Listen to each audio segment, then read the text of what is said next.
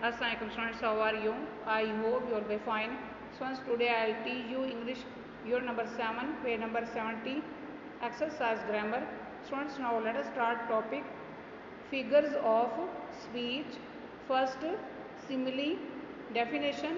Simile is a figure of speech in which two things are compared to each other using the comprehension words like or as.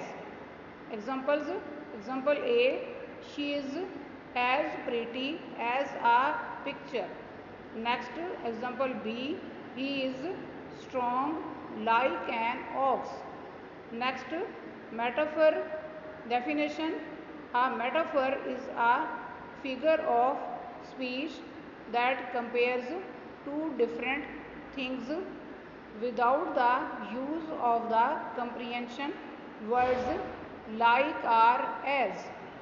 Examples: example A, he is a fish out of water. Next, example B, she is a star in the sky. Next, personification definition.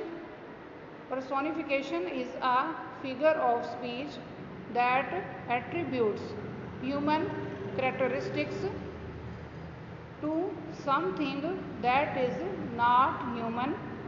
Examples: example A, I heard the wind whistling.